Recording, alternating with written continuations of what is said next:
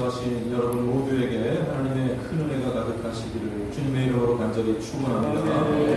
한번 서로 성도들과 인사 먼저 나눕니다. 사랑합니다. 축복합니다. 사랑합니다.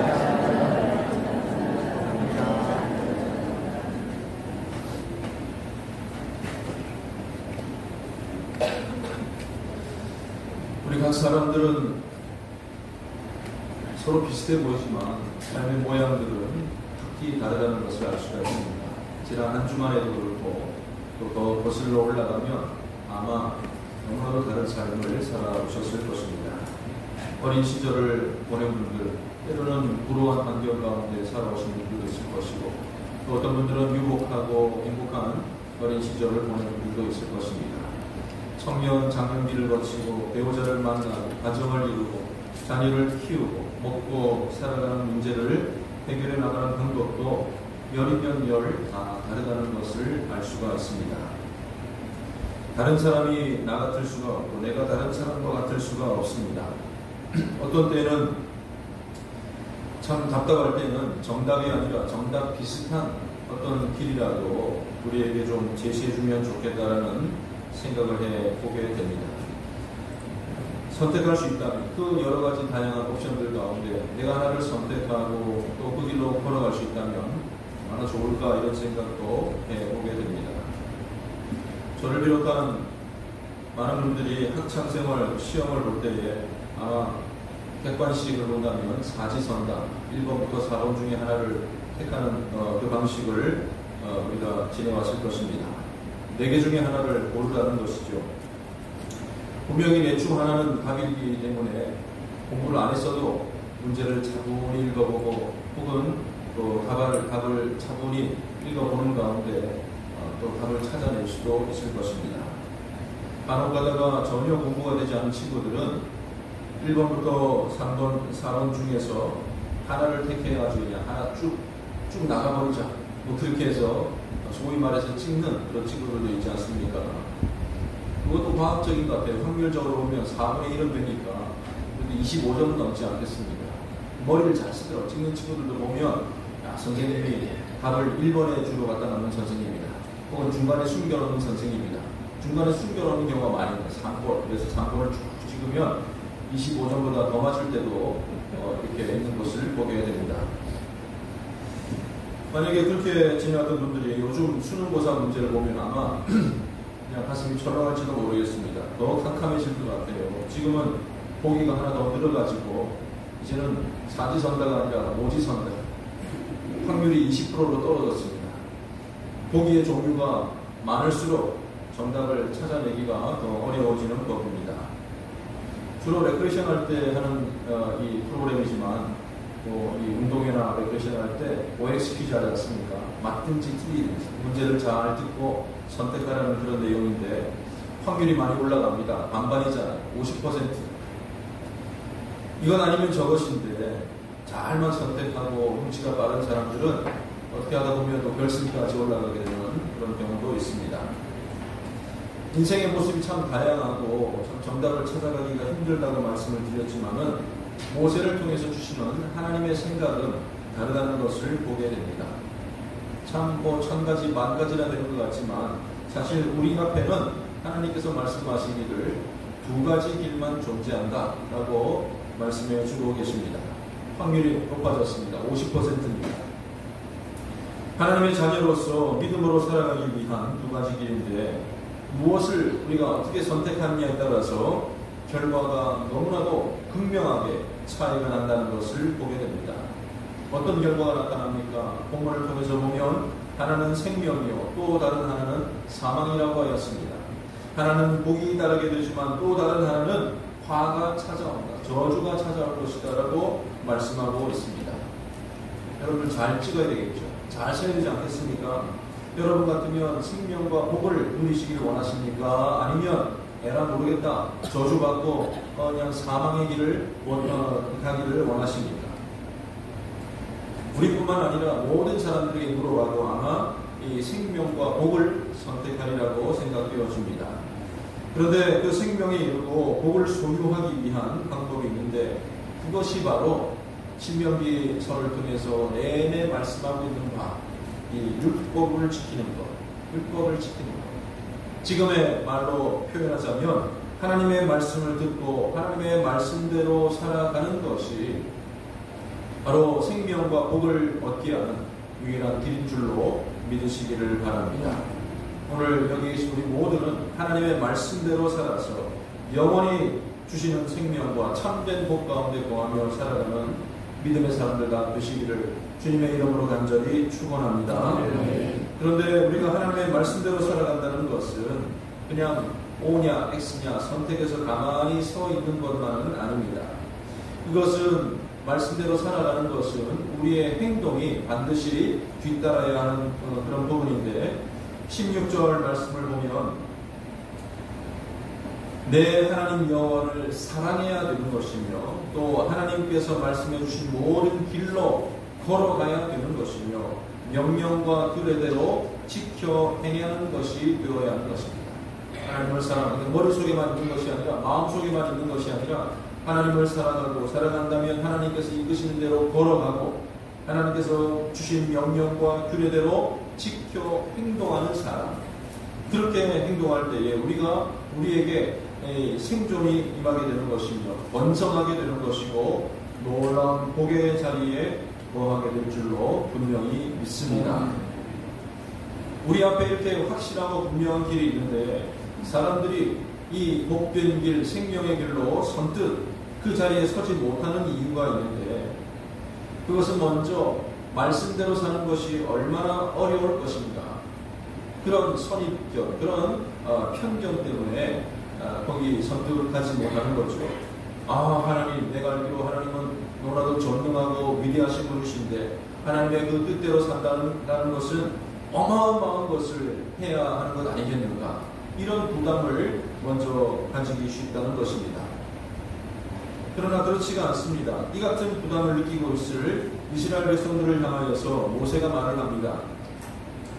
오늘 본문 외에 있지만 11절 말씀 보면 내가 오늘 내게 명령한 이 명령은 내게 어려운 것도 아니요 먼 것도 아니라, 어렵지 않다, 멀리 있는 것이 아니라 라고 소개를 하고 있습니다.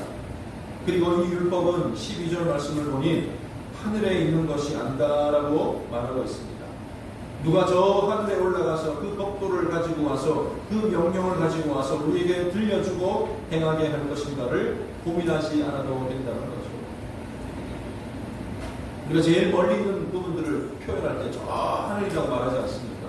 하나님의 율법이 저 먼 곳에 있어서 우리와는 상관이 없는 그런 것이 아니라는 뜻이고, 또 이 율법은 13절 말씀 보니까 바다 밖에 있는 것이 아니다 라고 말하고 있습니다. 이 말씀을 주실 고대 근동사회를 보면 이 바다라는 것은 너무나도 막연하고 두려운 존재였습니다. 지금이야 배를 타고 온 세계를 누비면서 크루즈 여행과 그런 시대를 살아가고 있지만 이 당시만 해도 바다를 건너간다는 것은 너무나도 어려운 일이어서 오직 신들만 할 수 있는 일이다라고 생각하던 때였습니다.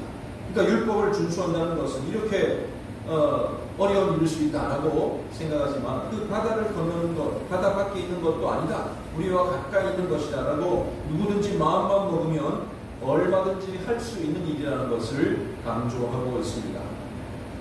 14절로 가면 오직 그 말씀이 내게 매우 가까워서 내 입에 있으며 내 마음에 있은즉 내가 이를 행할 수 있다라고 권고하고 있습니다. 저 먼 하늘도 아니고 저 먼 바다도 아니고 그 들려오는 말씀이 내 입술에 있고 내 마음속에 있고, 그러므로 우리는 가까이 있는 그 말씀을 우리는 지켜 행할 수 있다라고 말하고 있는 것입니다. 하나님은 우리에게 말씀하시고 명령을 주실 때에 우리가 할 수 있는 일을 행하라고 하시며 또 지킬 수 있는 일들을 지키라고 말씀하고 계십니다. 첫사람 아담과 하와가 먹었던 선악과는 도무지 우리가 그것을 먹지 않고서는 살 수 없을 만큼 그런 괴로운 처지, 그런 몸에 꼭 필요하고 입에 필요한 것이 아니었다는 사실입니다. 그것을 매개로 하여서 다른 풍부한 것들이 있지만 그것을 매개로 하여서 하나님을 기억하고 하나님의 말씀만 순종하였더라면 얼마든지 지킬 수 있는 그런 언약의 과실이었습니다. 하나님은 아담과 하와가 행할 수 있는 그 일을 명령하셨고 그것을 통해서 참된 행복과 참된 생명을 누릴 수 있도록 그것을 나타내 보여주셨던 것이죠. 하나님은 우리가 할 수 있는 일들을 하라고 명령하십니다. 우리의 수준을 잘 아세요. 어려운 것을 그냥 보급 이런 부분들을 그냥 초심자에게 강요하지 않습니다. 그런데 스스로 편견을 가지고 선입견을 가지고 하나님의 말씀이니까 라고 아예 차단해버리든지 혹은 이런 경우도 있습니다. 이것을 오해하게 만들고 높은 장벽처럼 이렇게 남들에게 주장하는 사람들이 있었는데 예수님 당시에 그렇게 하다가 예수님께 질책을 받은 사람들이 있는데 바로 바리새인들과 서기관들이었습니다. 자신들은 율법을 연구하고 또 율법을 지킨다고 자부하고 있으면서 우리가 지키는 그 율법을 다른 사람들은 막 그냥 함부로 지키기 위해서는 안 될 것 같거든요. 그래서 그냥 막 점점 쌓아 올리고 그냥 높은 장벽을 써가지고 함부로 지킬 수 없는 그런 율법으로 만들어 놓게 됩니다. 예수님께서 그들을 판단하실 때 마태복음 23장 4절 말씀 보면 무거운 짐을 묶고 사람의 어깨에 지우되 자기는 이것을 한 손가락으로도 움직이려 하지 않는다라고 말을 하고 있습니다. 하나님과의 관계, 말씀에 순종하는 관계가 아니라 나는 지키는데 너희들 못하지, 자기를 과시하려는, 외식하는 어떤 그런 행위들이었다는 것이죠. 이들을 향해서 주님께서 말씀하십니다. 천국 문을 사람들 앞에서 닫고 너희 자신도 들어가지 않고 들어가려 하는 자도 들어가지 못하게 하는 사람들이다. 나쁜 사람들이다. 라고 예수님께서 직접 말씀하셨습니다. 하나님의 말씀은 인간이라면 그 누구도 지킬 수 없고 하나님만 행할 수 있는 그런 일을 주시지 않았습니다. 그 말씀을 내 입에 두고 내 마음에 둔다면 얼마든지 행할 수 있는 율법을 우리에게 주셨다는 것이죠. 처음부터 너무 높게 이웃 사랑 이렇게 하니까 인류에 저 먼 나라 외국이나 못 사는 나라 같은 기근을 허덕이는 그런 나라를 염두에 두고 이거 안 돼 라고 고개를 젓지 마시고 가까이 또 가까이 배우자를 향한 사랑으로 시작, 자녀를 향한 사랑으로 시작, 가족들을 향한 사랑을 또 점점 넓혀가게 되는데 그게 익숙해지면 그 다음 단계로 하나님께서는 행할 수 있도록 우리에게 명령을 하고 계십니다. 복음을 증거함에 있어서도 땅끝까지 내 지금 데려오니까 선교사가 되어야 되느냐, 목회자가 되어야 되느냐 그런 걸 생각하면서 아예 처음부터 접어두지 마시고 믿지 않은 이웃들을 향해서 한마디 건네보고 담대한 용기를 가지고 교회 한번 나와볼래? 이렇게 시작하던 것이 나중에는 복음을 장황하게 설명할 수 있는 자리까지 이르게 되는 거예요. 그러니까 할 수 있는 일들을 우리에게 명령하고 계십니다. 19절 하반절 말씀을 보면 너와 내 자손이 살기 위하여 생명을 택하라라고 말씀하고 계십니다. 하나님의 말씀을 듣고 말씀대로 살아가는 것이 우리에게 참 생명을, 우리의 신앙이 살아있도록 만드는 유일한 길이고 방법이라는 것을 기억하시기를 바랍니다. 하나님의 말씀을 마음속에 새기고 순종하는 가운데 내가 살 수가 있습니다. 내 자녀들이 살아납니다. 그들의 신앙이 살아날 수가 있습니다. 이런 선택이 오늘 우리 가운데 있고 이런 순종이 오늘 우리 가운데 있어야 될 줄로 분명히 믿습니다. 그럼에도 불구하고 그렇게 어렵지도 않고 하나님의 뜻대로 살게 되면 생명을 얻고 복을 얻겠다고 말씀을 하고 계시는데 그래도 또 그 자리로 나아가지 못하는 이유가 몇 가지가 있습니다. 첫 번째는 하나님의 말씀대로 살아가게 될 때에 지금까지 세상에서 살아온 삶의 방식과는 조금 전혀 다른 그런 삶을 살아야 하기 때문입니다. 세상에서도 살아가는 룰이 있습니다. 세상을 살아가는 방식들이 있습니다. 많이 모아야 됩니다. 그래야 내가 노후가 넉넉하고 내 삶이 안정이 됩니다. 또 모은 대로 잘 누리고 행복하게 잘 살아야 됩니다. 짧은 인생을 살면서 재미있고 유익한 일들을 되도록 많이 해야 한다고 생각을 합니다. 내가 살기 위해서 때로는 다른 사람들을 밟고서라도 일어서야 된다는 것이 세상의 룰입니다. 내가 인정받기 위해서 남들보다 앞서야 되는 것이고 어느 누구에게도 무시당하지 않도록 자기만의 세계를 구축해 나가야 됩니다. 꼭 범죄 행위가 아니라 할지라도 어떤 이런 세상의 방식에 따라서 우리는 살아가고 있고 그렇게 살아가는 사람들을 보고 있지 않습니까? 그런데 하나님의 말씀대로 산다면 이것을 버려야 돼요. 이걸 여전히 그대로 고수하고 있으면서 이 세상의 방식들을 그대로 유지하고 있으면서 하나님의 말씀대로 살려고 하니 영 부자 연습이 없는 거예요. 맞지가 않는 겁니다. 옷을 정장을 다 입었는데 그 위에 또 한 벌 옷을 입는다고 생각해 보십시오. 그게 얼마나 불편한 일이 되겠습니까? 왜냐하면 하나님의 법칙, 하나님의 말씀은 이 세상의 법칙과 반대되는 것이 많기 때문입니다. 하나님의 법칙은 높아지기보다는 낮아지는 것이다. 부활이 하기보다는 오히려 나누어주는 사람이 되기를 원하고 계십니다. 내가 내 자신을 아끼고 사랑하는 것보다 오히려 남을 사랑하고 먼저 희생하는 것이 바로 하나님의 말씀이요 하나님의 법 아니겠습니까? 전혀 다른 이 체질부터가 전혀 다른 그런 삶의 방식이 함께 공존할 수가 없는 거죠. 하나님도 믿고 세상도 믿고 세상의 방식을 채택하되 하나님을 이렇게 한번 말씀을 듣고자 하니까 영 불편하고 잘 맞지가 않는 것입니다. 그래서 에베소서 4장 22절 이하에는 너희는 유혹의 욕심을 따라 썩어져가는 구습을 따르는 옛사람을 벗어버리고 그러니까 세상의 모든 관습과 그 방법들을 벗어버리고 오직 너희의 심령이 새롭게 되어 하나님을 따라 의와 진리의 거룩함으로 지으심을 받은 새 사람을 입어라. 따라해보세요. 새 사람을 입자. 새 사람을 입자. 하나님의 말씀대로 잘 살아가기 위해서는 먼저 나 자신을 비우는 과정이 필요합니다. 세상에서의 삶의 방식을 벗는 일이 먼저 있어야 한다는 것이죠. 다 잃어버리고 아이고 세상의 이 가치 그동안 내가 붙잡아온 것인데 이 모든 것들 다 놓쳐버리고 다 잃어버리고 어떻게 살아가나 라고 생각하는 바로 그 순간이 하나님의 생명을 얻는 순간이고 하나님의 놀라운 복을 공급받기 시작하는 시간이 된다는 것을 기억하시기를 바랍니다. 그러므로 우리는 생명의 자리에 있기 위하여서 하나님을 사랑하고 그 모든 길로 행하며 하나님의 명령과 규례와 법도를 지키며 살아가야 될 줄로 믿습니다. 20절 말씀 보면 내 하나님 여호와를 사랑하고 그의 말씀을 청종하며 또 그를 의지할 때에 하나님께서 우리에게 참 생명을 주시고 장수를 허락해 주신다라고 약속하셨습니다. 사실 생명과 장수는 세상의 법칙을 따라가는 사람들이 원하는 거예요. 오래 살고 행복하게 살고 참 생명을 누리는 것. 근데 그 모든 세상의 법칙을 멀리하고 물리쳐버리니까 오히려 하나님께서 그것을 주시는데 그것을 썩지 않는 것이요 변치 않는 것이요 우리를 속이지 않는 하나님의 약속이고 상급입니다. 자손들이 번성하게 되는 놀라운 복을 말씀을 지키는 자에게 허락해 주신다고 약속하셨습니다. 오늘 우리에게 분명한 이런 선택이 있기를 바랍니다. 말씀을 잘 받아들이기 위하여서 먼저 나 자신을 피우는 작업 가운데 임할 수 있기를 바랍니다. 그리고 그 일은 하나님의 말씀대로 살아가는 일은 먼 훗날 할 것이 아니라 당장 지금부터 시작해야 할 일입니다. 모세는 이 점을 강조하기 위하여서 오늘 본문에만 오늘이라는 단어를 4번씩이나 반복하며 사용하고 있습니다. 15절, 16절, 18, 19절 말씀 보면 각각 오늘 반복해서 그 단어가 등장합니다. 미루지 말라는 것이죠. 내일로 미루지 말라는 것입니다.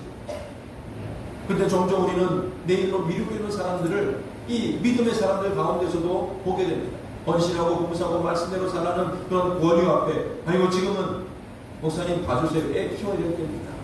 아이고 젊어서 많이 좀 벌어야 되지 않겠습니까? 모아야 되지 않겠습니까? 이렇게 말을 하면서 자꾸만 미루려는 사람들. 아 목사님 지금은 힘이 짱짱할 때니까 놀고 즐기고 여행도 다니고 돌아다니는 게 바쁘고 조금 힘 빠지고 나면 어느 정도 힘이 좀 빠지고 나면 그때 교회 생활 열심히 하겠습니다. 이렇게 생각하거나 미루어서는 안 된다는 것입니다. 남을 섬기고 사랑하고 복음을 전하고 믿음으로 살아가는 결단은 바로 지금 오늘 우리에게 있어야 될 일이지 내일이면 늦을 수가 있다는 거죠. 자꾸 미뤄 사람 미룹니다. 청년부 저희 어머니가 전도하고 싶어서 자꾸 물어보니까 전도 교회 안 나오시겠느냐 물어보니까 아직 그 엄마가 40대인가 봐요. 그러면서 하는 말이 야 50살 되면 그때 교회 가겠다. 40살 때는 뭐 할 건지 모르겠지만 50살 되면 교회 가겠다고 약속을 했대요. 한 1년 남았는데 어떻게 될지 한번 지켜봐야 될 것 같은데요. 자꾸만 미뤄요. 50살 되면 분명히 또 핑계 될 것 같아요. 그의 농사가 엄청나게 풍년이 들어서 많은 것을 수확한 부자가 있었습니다. 기존에 있는 창고로는 그냥 그 수확물들을 넣을 수가 없어서 큰 창고 지어야 되겠다, 건축을 세워야 되겠다, 이렇게 생각을 하였습니다. 그리고 오늘은 이 풍성한 것들로 평안히 쉬고 먹고 마시고 즐거워하자라고 스스로에게 보상, 이 상을 내렸습니다. 그러나 그에게 하나님께서 말씀하십니다. 내가 쉬고 먹고 마시자고 한 바로 오늘 밤에, 이날 밤에 내 영혼을 찾는다면 그 준비한 것들이, 수확한 것들이 누구의 것이 되겠느냐. 길고 긴 인생이기 때문에 그 중에 하루쯤은 어떻겠냐고 생각할지 모르겠지만 그것은 기간의 문제가 아니라 중요한 것을 가장 먼저 행하는 오늘이 되어야 할 것입니다. 오늘 해야 될 것은 바로 하나님의 말씀대로 살아가는 그 일입니다. 생명과 복을 선택하지 않고 사망과 화를 선택하는 사람들도 있습니다.